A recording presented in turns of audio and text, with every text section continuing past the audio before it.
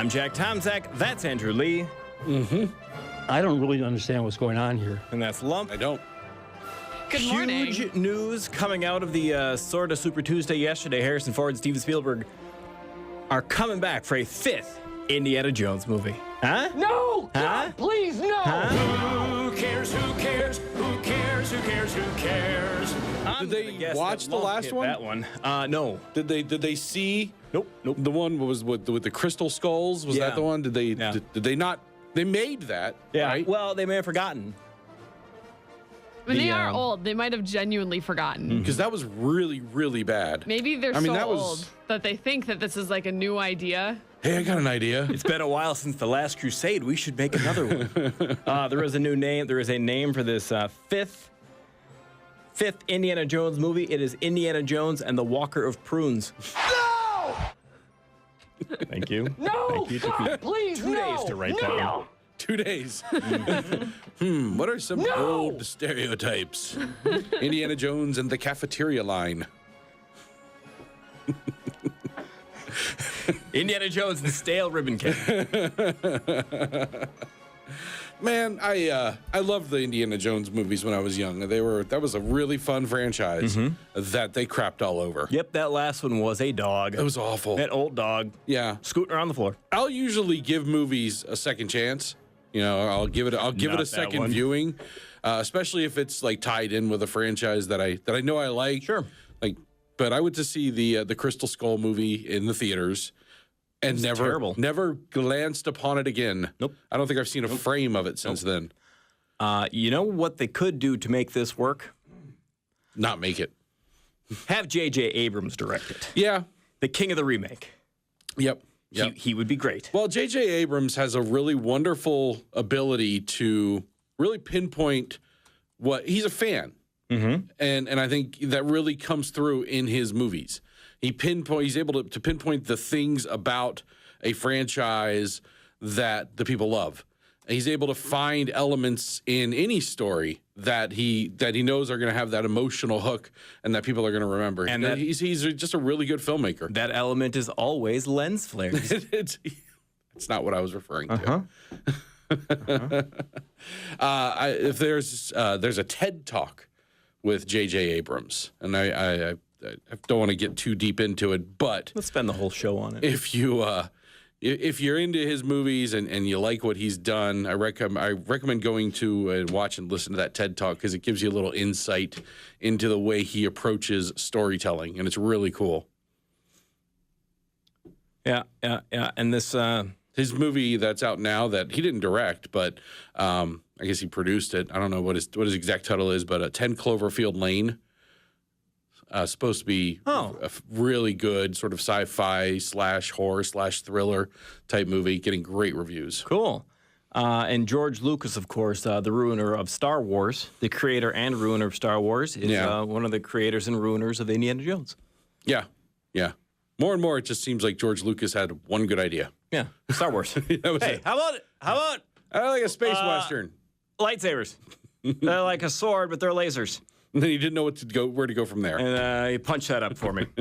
I watched, because I borrowed it from you, Star Wars Episode 4, A New Hope, and I've been having my kids watch that. And once they grasp it and can answer a series of questions, we will move on to Empire Strikes Back. Like a 20 question quiz. And this is completely unrelated to anything, but when Luke Skywalker gets the lightsaber from Obi-Wan Kenobi and said, your father wanted you to have this, he just takes this incredibly deadly weapon that can cut through steel, Right. and just turns it on.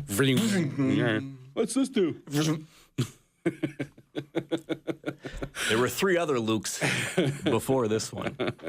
All right, welcome to the show. I'm Jack. That's Andrew. That is Lump. Yesterday was sorta Super Tuesday, and we'll be talking about that. 7 o'clock, Dr. John Spry, Mr. Numbers, will be joining us to give his thoughts on that. John is also from Ohio, so he'll be able to opine on John Kasich winning Ohio.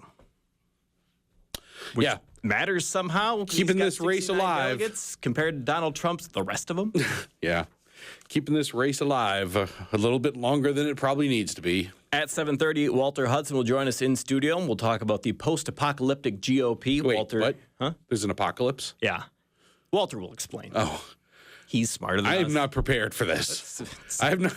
There was an email. Yeah, Yeah, you might want to gather your things, say some goodbyes, should we do a show about the post-apocalyptic? get a legacy. I mean, really, there's so many other things to worry about besides the GOP.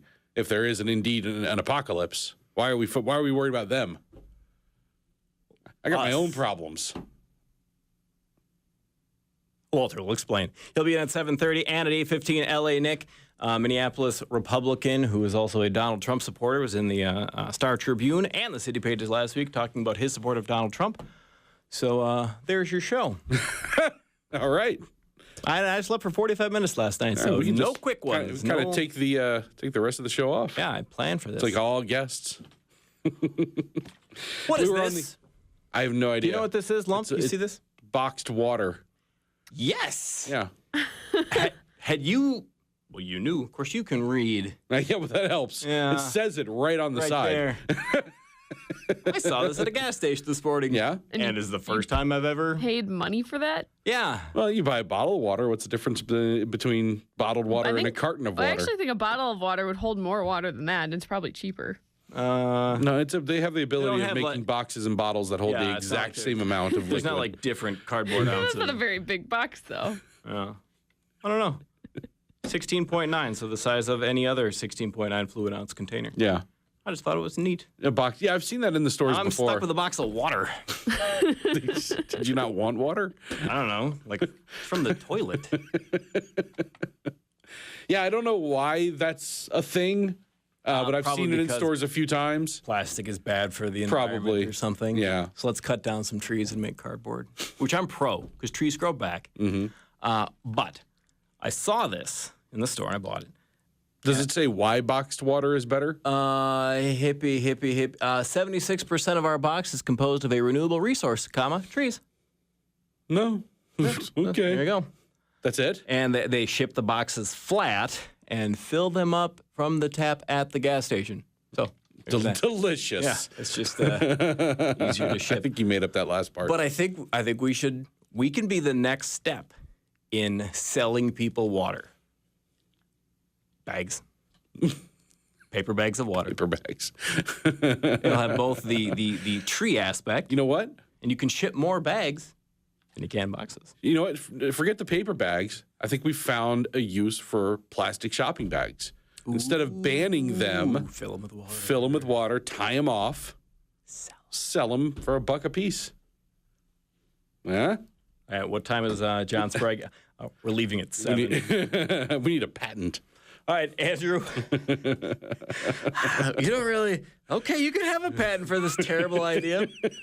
What's at the top of the news bag when we return? We got two big things happening yesterday. Obviously, the presidential Indiana race. Indiana Jones announcing a horrible movie.